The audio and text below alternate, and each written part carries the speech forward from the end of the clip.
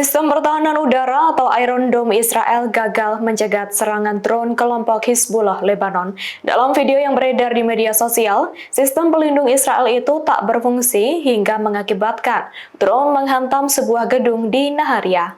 Dilansir The Jerusalem Post, serangan drone itu dilancarkan Hizbullah pada Selasa 19 November 2024 pagi. Hal itu mengakibatkan kebakaran hebat pada bangunan yang dihantam drone. Pada saat itu, IDF juga melaporkan bahwa sirene peringatan meraung di Galilea Atas, tepatnya saat 10 drone diidentifikasi melintas dari Lebanon ke Israel. Israel mengklaim beberapa drone berhasil dicegat, namun sisanya jatuh di area terbuka. Sirene peringatan juga berbunyi pada pukul 9:50 pagi waktu setempat setelah 25 proyektil ditembakkan dari Lebanon ke Galilea Atas dan Barat.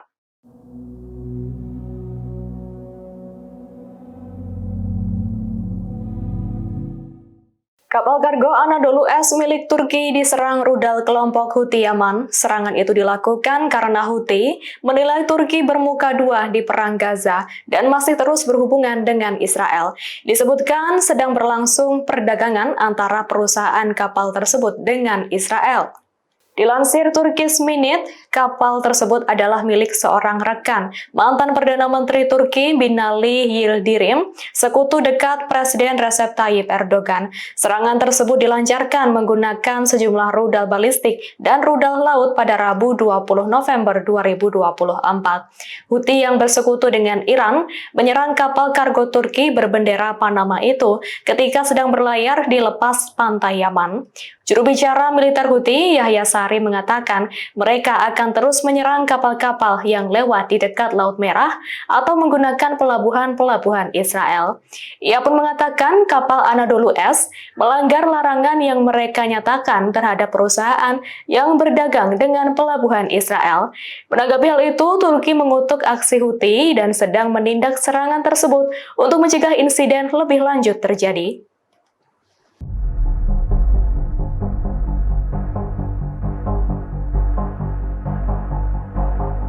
Pada Rabu 20 November 2024, militer Israel melaporkan bahwa 3 tentaranya tewas dalam pertempuran di Lebanon. Di antara ketiga korban, bahkan ada seorang prajurit cadangan berusia 70 tahun yang ikut kehilangan nyawa. Seperti diketahui, pertempuran itu melibatkan militer Israel dan kelompok Hizbullah Lebanon. Sosok tentara lansia yang tewas itu dilaporkan bernama ZF Jabo Hanok Erlich. Ia tewas menyusul seorang prajurit berusia 22 tahun dari Yerusalem yang kehilangan nyawa saat pertempuran di Lebanon Selatan. Kematian tersebut menambah jumlah korban di pihak militer Israel di Lebanon menjadi 52 orang sejak dimulainya operasi darat.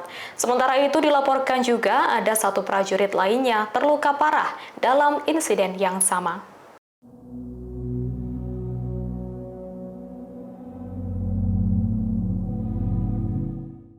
Sekretaris Jenderal atau Sekjen Hizbullah Naim Qassem bungkam soal proposal gencatan senjata. Ia menyebut partainya memiliki penilaian tersendiri mengenai proposal gencatan senjata Hizbullah Israel yang diajukan oleh sekutu Israel Amerika Serikat. Hal itu disampaikan Naim Qassem dalam pidatonya pada Rabu 20 November 2024. Meski begitu, ia menegaskan bahwa Ketua Parlemen Lebanon, Nabih Berri, juga memiliki penilaian tersendiri mengenai proposal tersebut. Naim Qassem mengatakan Hizbullah memutuskan untuk tidak membicarakan isi perjanjian di media dan membiarkan diskusi itu diam-diam. Namun ia siap melanjutkan perang jika perundingan gencatan senjata tersebut gagal. Menurutnya, sangat sulit untuk merundingkan proposal gencatan senjata tanpa mempertimbangkan apa yang terjadi atau kehancuran di lapangan.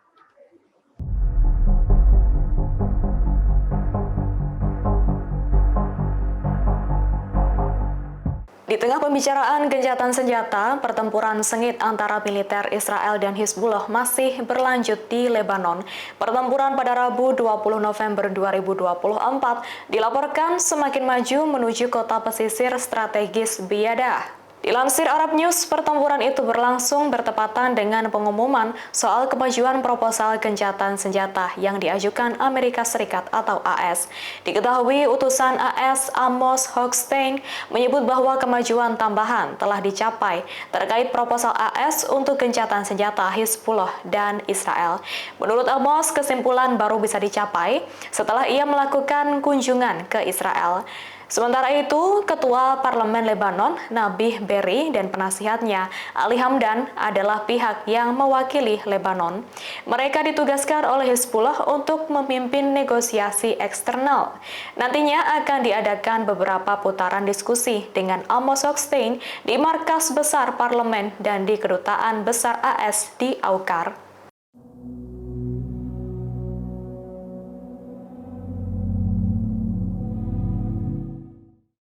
Pasukan militer Israel dilaporkan telah mundur sepenuhnya dari kota Jenin dan Kem di bagian utara tepi barat. Penarikan penuh pasukan tentara IDF ini terjadi setelah mereka menggelar operasi militer selama 2 hari di wilayah tersebut. Pada Kamis 21 November 2024, media Al Jazeera melaporkan agresi Israel selama 2 hari itu telah mengakibatkan kerusakan besar pada bangunan dan infrastruktur di Jenin. Sementara ada 8 warga Palestina tewas dan 19 lainnya luka-luka.